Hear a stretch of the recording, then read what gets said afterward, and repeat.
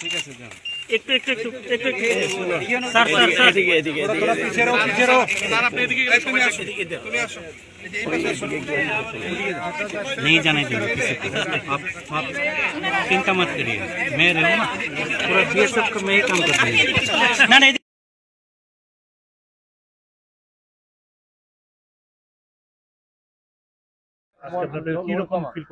আচ্ছা, আমরা BRAC migration programme 2006 সাল থেকে নিরাপদ অভিবাসন, বিদেশ ফেরত ব্যক্তিদের পুনরুজ্জীকরণ এবং যারা মানব পাচারের শিকার তাদের সাহায্য করার জন্য কাজ করে যাচ্ছি।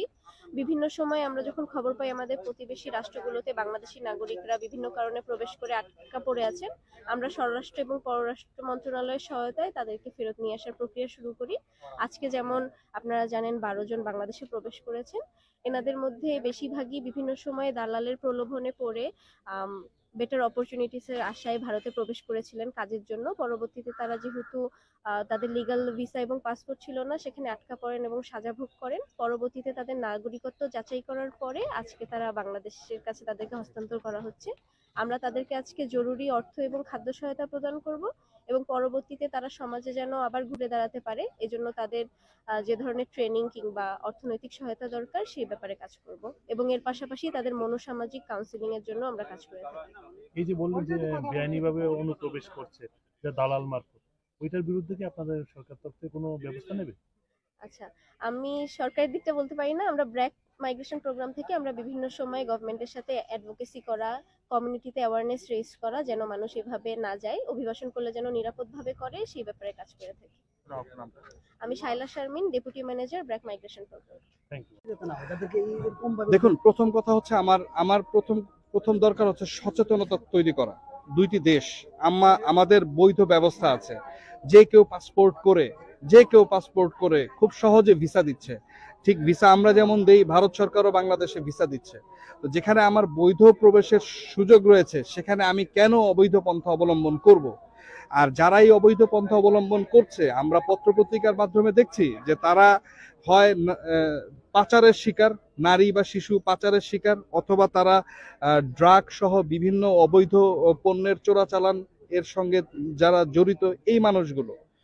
তো এইটা তো কোনোভাবেই কাম্য নয়।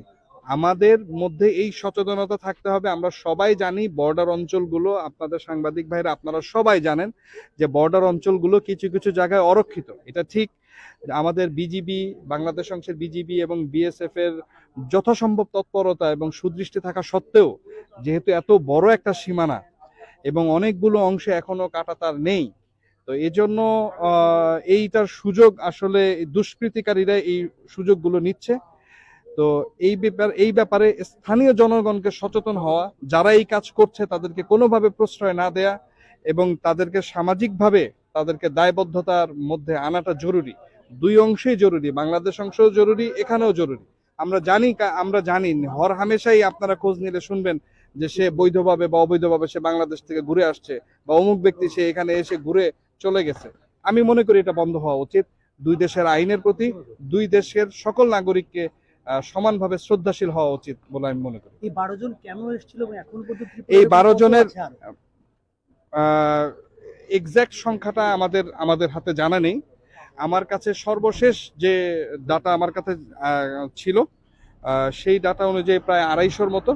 তবে আমি এই 2 বছর এখানে আমার এই কর্মক্ষেত্রে আমি যতটুকু জেনেছি, গড়ে আপনি সবসময় যে কোনো মোমেন্টে জেল এবং ডিটেনশন সেন্টার যদি কাউন্ট করেন, জেল এবং সিকিউরিটি হোমস গুলোকে যদি আপনি বিবেচনায় আনেন, তাহলে গড়ে আপনি 250 থেকে 300 মানুষ সবসময় আপনি পাবেন বাংলাদেশি যারা এখানে আছে।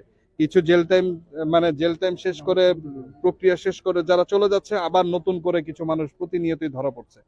আপনারা পত্রিকায় মিডিয়া যারা আছেন আপনারা একটা স্ট্যাটিস্টিক্স প্রকাশ করেন, সবচেয়ে ভালো হয়। যে আমি অনুরোধ রাখতে চাই আপনাদেরকে যে গত এক বছরে আপনার পত্রিকায় আপনি কতগুলো কেস দিয়েছেন যারা বাংলাদেশি হিসেবে যাদেরকে এখানে আটক করা হয়েছে।